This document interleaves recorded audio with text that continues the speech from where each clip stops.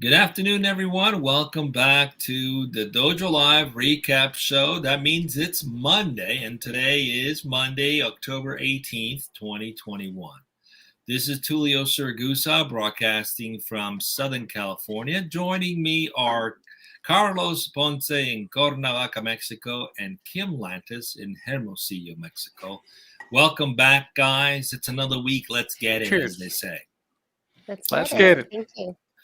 All right, so we had 2 live shows last week and 2 restreams. The live shows were improving products and services for everyone with Daniel Curran, who is the founder and CEO at CustEx.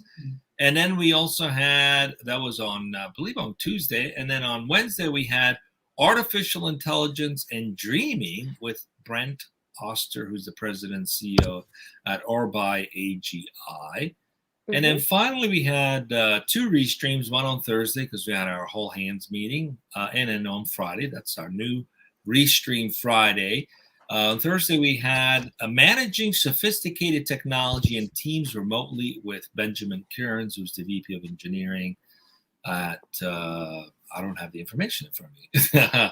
And then we had Developing Data Literacy. If someone could look that up, that'd be awesome.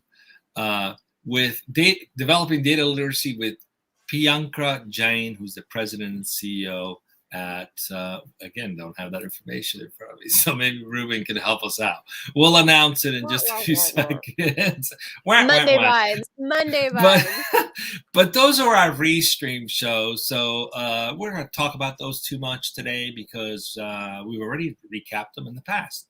We're going to just recap these 2 live shows and like to get you guys' opinion on which one of those 2 stood out the most for you and why? Wow. In my case, definitely ORBAI. That's the one that I remember the easiest and the most for, number one, my personal fondness of all things related to the dreaming phenomenon. And then, of course, how in this conversation it interweaves and meshes with the AI part, which is the tech elements.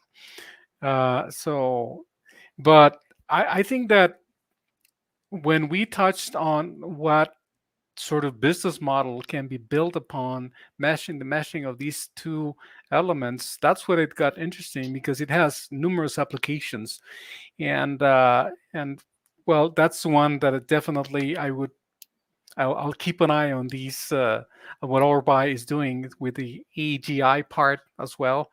So it's hard to forget. So that's the one that pulled my interest the most in my case, Tulio.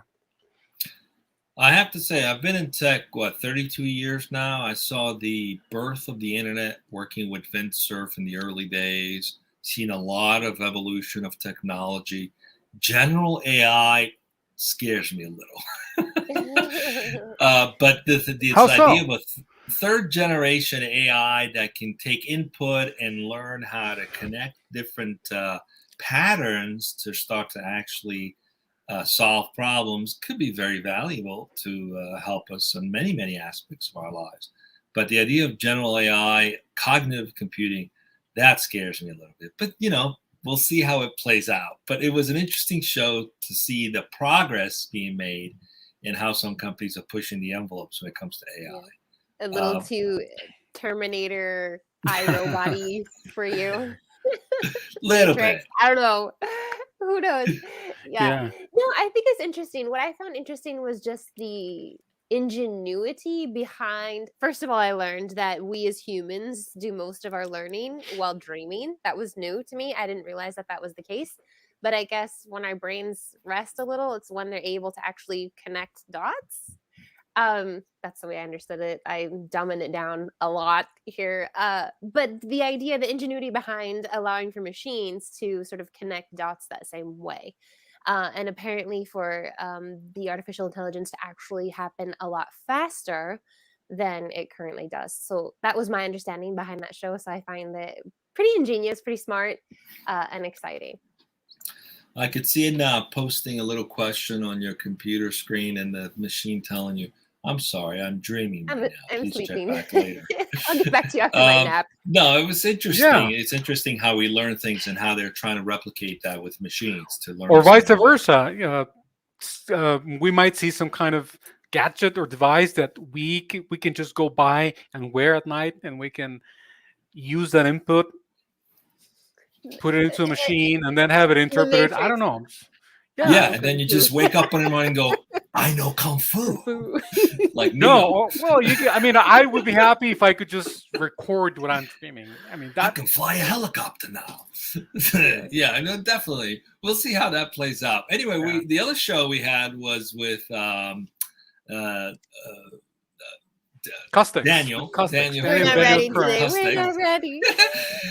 And We're that not was worthy. an interesting one. That was an interesting one. You know, there's that change.org that a lot of people use to petition for change, typically for political purposes, etc. But this is an interesting sort of a evolution, if you will, from that, because they have different tracks that get people to essentially participate in giving feedback for a company's product that may or may not be working according to the way people want it to work.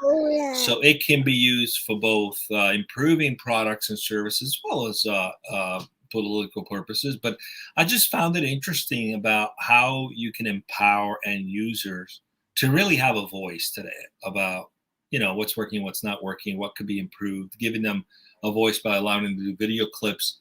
And then through that aggregate input, that collective consciousness, they can influence real change to improve products and services. So they're democratizing the idea of, making improvements and changes. My Alexa just started talking by herself. What's going on with Alexa? Hey, Alexa, now we know my general AI. She just starts talking. She wanted to participate in the conversation, guys. She's the new guest on Dojo.live recap show. Anyway, that's what I found interesting. You just gave me an idea for a show, Tulio. You didn't realize it, but you just gave us an idea for that. We get Alexa and Siri's to talk each other. And just why not? Kind of conversation Why not? There's a Modern Family show where they have conversations with their refrigerator. So there you have it. That is funny. All right. So what do we got coming up this week, Carlos? Wow, we got a full week ahead, Tulio. Actually, tomorrow we're going to be speaking with Shira. I hope I get it right. Shira Shamban, the CEO and co-founder of Solvo. The topic is turning software developers into security heroes. Then on Wednesday, Julia Slanina, the CEO and co-founder of Treehouse, Femtech, and Maternal Health.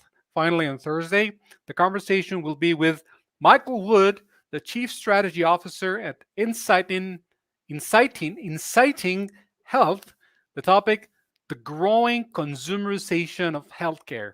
That's what we have this week. We have a full week ahead. So join us every day, tomorrow, Wednesday, and Thursday at 12 p.m. Pacific, right here on Dojo Live. Join us, and remember, be safe, everyone. Yeah, I already got the maternal vibes going. There you have it. See you tomorrow.